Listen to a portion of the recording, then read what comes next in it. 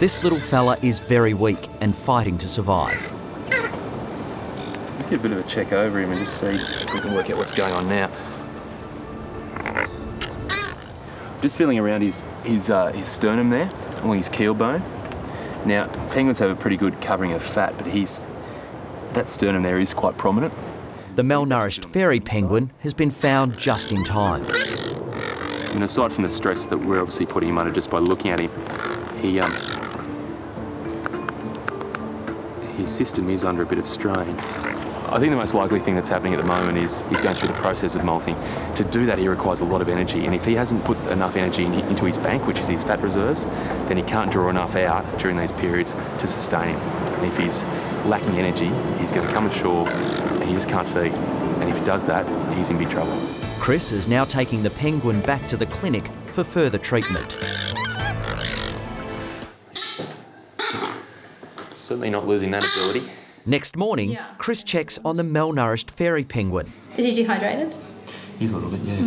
It's a bit indignant, really, the whole crop meal, but it's the only way to do it.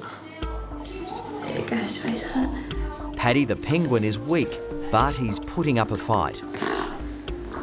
He's feisty. Chris is analysing a sample of Paddy's poo to find out just how much trouble this guy's in. Oh, hang on. We've got worms here.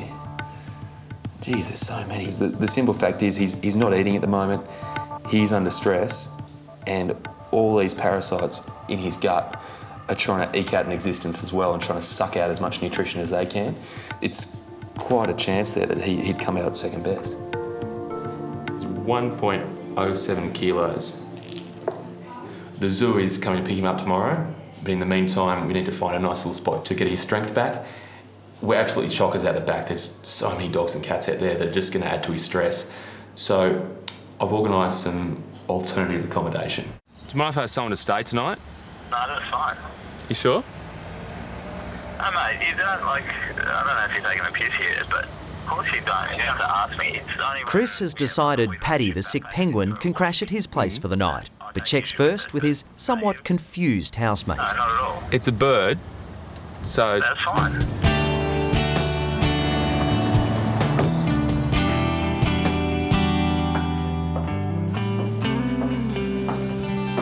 Boys, just another day at the office. What have you got, mate? Penguin. A little penguin for you. What sort of penguin is he? It's a little fairy penguin. So, Brownie, when was the last time you brought a bird home? That's unnecessary. Let's hope he's far less complicated than the rest of them, eh? Pilchards are on the menu, but Chris needs something to help force feed Paddy. I'll be back in a second. Hello, how you going? I've lived here for 10 years now, and there's always some strange animal here, a homeless dog or a needy cat or something like that. Can I just grab some chopsticks, just the wooden disposal one? Is that right? But the penguin is about as strange as it's got recently. Got him.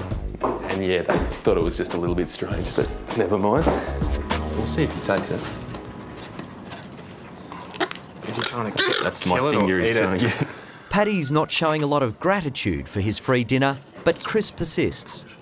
I mean, it looks very messy, and it is always going to be a struggle, but right now he doesn't really realise that he's got to eat. Come on, down the hatch. That's it. You've almost got to make the decision for them.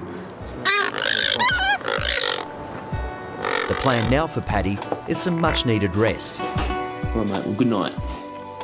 There you go. Have I got a surprise for you? Yeah? You like the sound of that?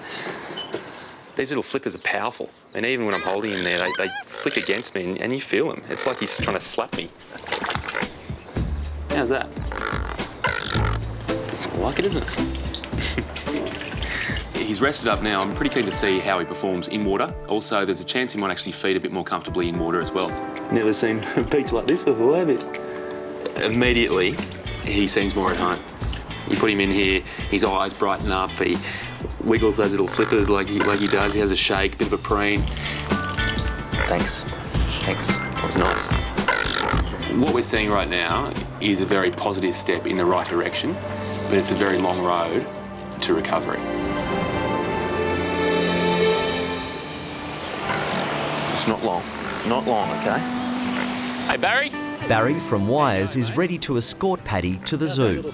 Hopefully, after a few weeks of rehabilitation, Paddy will be able to rejoin his mates out in Sydney Harbour. All right, Paddy. It's been fun, mate. It's been real. Thank you. No worries. All the best. See you, mate. It's been a good holiday for you, hasn't it? You've really regenerated. Look at that. New clothes, too.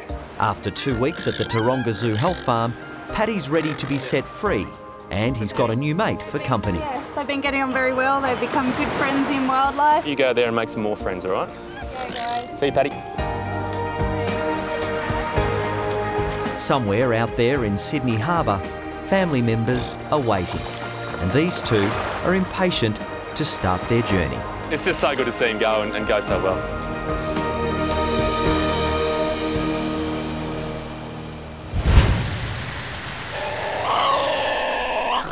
At the Australian Reptile Park, marsupial keeper Tim Faulkner has another difficult case for Chris. All right, put her in there. A 4-year-old Tasmanian devil with a seriously infected teat. So we know when she had Joey's last year that it obviously wasn't like that. Yeah, exactly. And it did go down when the Joeys were weaned. Yeah. It did go down, and it come back up after that. Sorry, Black. That teat itself is really ballooning out dramatically. Now, it's almost 10 times its normal size. It's red, it's inflamed, it's enlarged. Alarm bells are ringing. The situation is even more critical because of Blackie's special status. A vicious disease called devil facial tumour has wiped out more than half the devils in Tasmania. Blackie was shipped to the mainland to ensure the species' survival. Come on, Black. You're all right. There, come on, girl. This species is on the brink of extinction, and without good breeders like Blackie around, that's the way it's heading. The problem is that that's not going to be functional. Yeah, that's right. No Joey can attach to it. Sadly, Blackie is now facing an altogether different, life-threatening disease. There's a lot of things it could be. The one I'm really worried about, though, is cancer. It's very enlarged, it's very ugly, it's very inflamed, very red. That's how cancer looks. Okay, keep it still because you might jump here. We're looking to see what comes out of that syringe. If it's very firm and if we get cells or tissue out of there, that's bad because that implies that it's cancerous.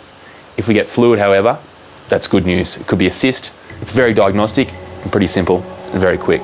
We'll have our answer very quickly. At the Australian Reptile Park, Chris is about to discover what's wrong with Blackie the Tasmanian devil. Pass. Fluid. Good? Yeah, it looks like a cyst. Good news. See how that's collapsed right down? Yep. Quite a bit in there. There is, and there's probably more to come too. Oh, great. Relieved. I mean, cancer is a big word, you know, and I had a lump in my throat for a minute there, but when I seen that fluid come out, and from what Chris had said, I was really happy, really happy. This is what's actually in there. See how it's really watery? Yeah. The infection has been caused by a blocked milk gland. Very awkward to hold it. Yeah. Chris is now attempting to draw out more fluid, but Blackie is becoming very distressed. We're not going to have much longer in here. I'm getting harder and harder to hold her. All right, we're almost done. You can see that when I squeeze that... Come on, Black, you're all right. There, come on, girl. The concern is, though, that when you've got fluid in a spot like that, it can very easily get infected. Yeah. And it could go from being a cyst to being basically an abscess. The solution's easy, antibiotics. The hard part is giving a needle to a highly agitated devil. Now, just to reduce the risk of... Just watch it, because she will swing right around. Okay, I'm fast, mate. Yeah, she is too. The front's got canines and the back is scissor-like shearers, so, you know, they'll take a finger in half. Just be ready for her to swing, because she's pretty fired up. And they don't look like she's going to turn around, but she will very, very quickly. Okay. Ready? Done. Easy. She can go away? Yeah, she can go. Okay. She can go. Nearly over. Anyway, in she dives. The chances of her breeding again are dependent on how well that teat's going to function. But if we can keep that healthy, keep it clean, then she could be mum again. And for the species, that'd be fantastic news.